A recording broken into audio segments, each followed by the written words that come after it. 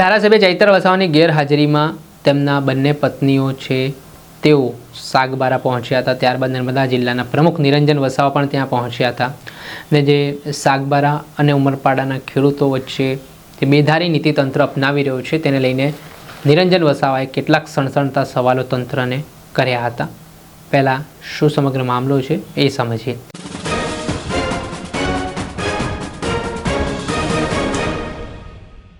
दर्शक मित्र स्कायनेट मीडिया में आपનું સ્વાગત છે। વાત કરીએ તો આદિવાસી નેતા નિરંજન વસાવા તેઓ ચૈતર વસાવાની ગેરહાજરીમાં હાલ આદિવાસી સમાજ વચ્ચે જઈ રહ્યા છે, મોરચો સંભાળી રહ્યા છે અને જે સાગબારાના 12 ગામોના ખેડૂતોને વન વિભાગ દ્વારા હેરાનગતિ કરવામાં આવી રહી છે તેને લઈને હવે વિવાદનો મધપૂડો છંછેડાયેલો જોવા મળી રહ્યો છે।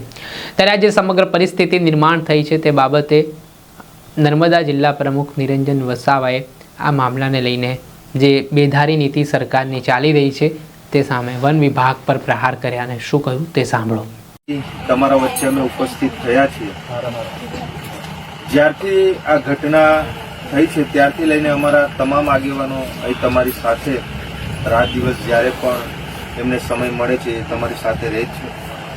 આજે અમે કોઈ પાર્ટી કે કોઈ એના તરફથી નથી આવ્યા, પણ આજે તમામ અમારા જિલ્લા પંચાયતના પ્રમુખથી લઈ ધારાસભ્યના શ્રીના પરિવાર શ્રી વર્ષાબેન, શકુંતલાબેન તેમજ અલગ અલગ સમિતિઓના ચેરમેન અને સાથે સાથે અલગ અલગ તાલુકાના પ્રમુખો બધા જ અહીંયા આજે ઉપસ્થિત થયા છે।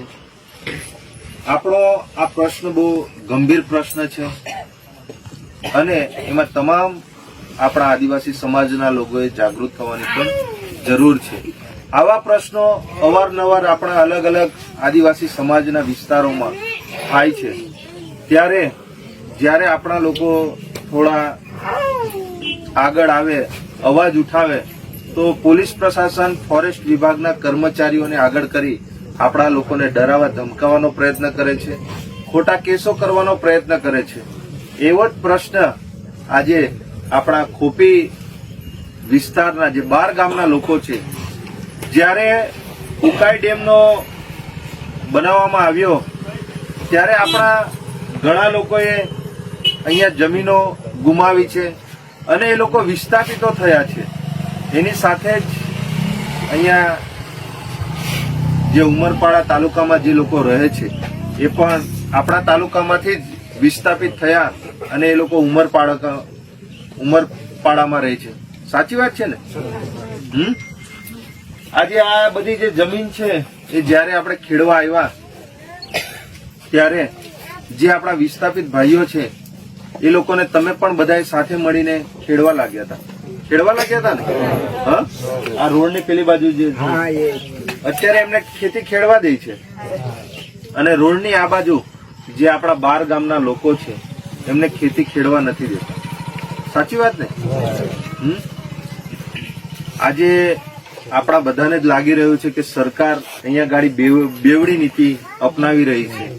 હા, આજે જે લોકો વિસ્થાપિતો થયા છે એ લોકો સાગબારા તાલુકાના જ છે અને એ લોકો અત્યારે ઉમરપાડા તાલુકામાં રહે છે અને જ્યારે આ વિસ્થાપિતોને જ્યારે ખેતી કરવા ના દેતા હોય તો અહીં ખરેખર આપણે કોઈ વ્યક્તિગત કોઈનું નામ નથી લેતા, અહીંયા દરેક સમાજના, દરેક પાર્ટીના લોકો અહીંયા આગળ ઉપસ્થિત છે, પણ અહીં ખરેખર લાગી રહ્યું છે કે સરકાર અહીંયા બેવડી નીતિ અપનાવી રહી છે।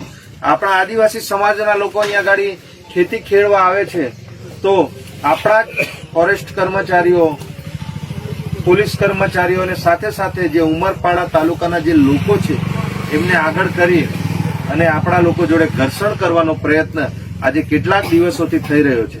થાય છે કે નથી થતો?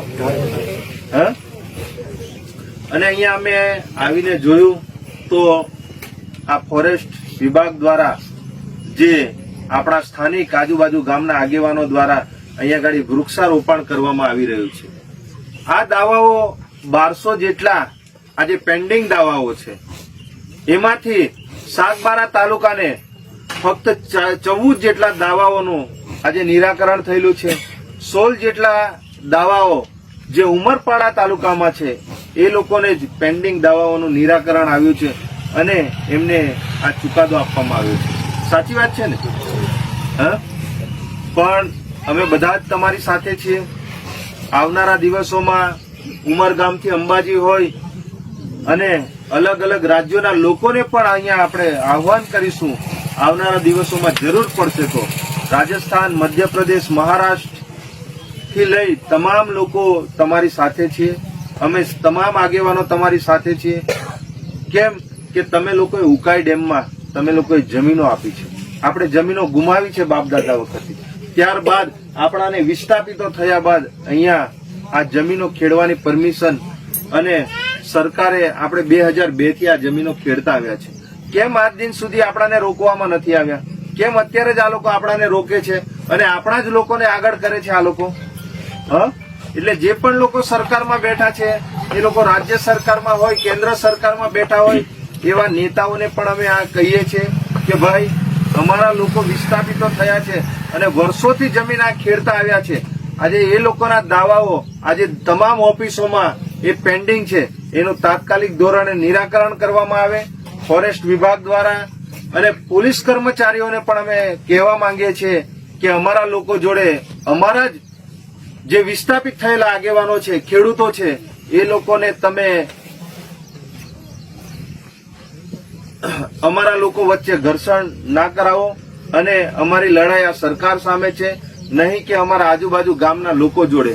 એટલે અમારા લોકોને વહેલામાં વહેલી તકે એમના જે પણ પેન્ડિંગ દાવા છે એ દાવાઓનું વહેલા તકે નિરાકરણ કરવામાં આવે. અને જેવી રીતે આ અમારી સામેની જે જમીન છે એ ઉમરપાડા તાલુકાના લોકો જે ખેતી કરે છે એવી જ રીતે અમારા લોકોને પણ ખેતી કરવા દે. અમે આ તમામ લીલાબેન થી લઈ અને તમામ આજુબાજુ ગામના જે ખેડૂતો છે એ તમામ ખેડૂતો સાથે છીએ. અત્યારે અમે ગાંધી ચિંધિયા માર્ગે ન્યાય પાલિકા પર વિશ્વાસ રાખી અને અમારા લોકોને ન્યાય મળે એવી અપેક્ષા વન મંત્રી, મુખ્યમંત્રી અને દેશના વડાપ્રધાન શ્રી સાથે અમે આશાને અપેક્ષા રાખીએ છીએ. અમારા તમામ દાવાઓ અમે તમામ ઓફિસોમાં અમારા પેન્ડિંગ છે, એનું વહેલામાં વહેલી તકે નિરાકરણ કરવામાં આવે. જો નિરાકરણ કરવામાં નહીં આવે તો આવનારા દિવસોમાં આ આંદોલન હજુ પણ ઉગ્ર બનશે અને એની તમામ જવાબદારી સરકારશ્રીની, પ્રશાસનની રહેશે એવી આશા અને અપેક્ષા રાખીએ છીએ કે વહેલામાં વહેલી તકે અમારા લોકોને આ જમીનો ખેડવા દે. બીજું, આપણા ધારાસભ્ય શ્રી વર્ષાબેન પણ અહીંયા ગાડી પધાર્યા છે, ચૈતરભાઈના ધર્મપત્ની, એ પણ અહીંયા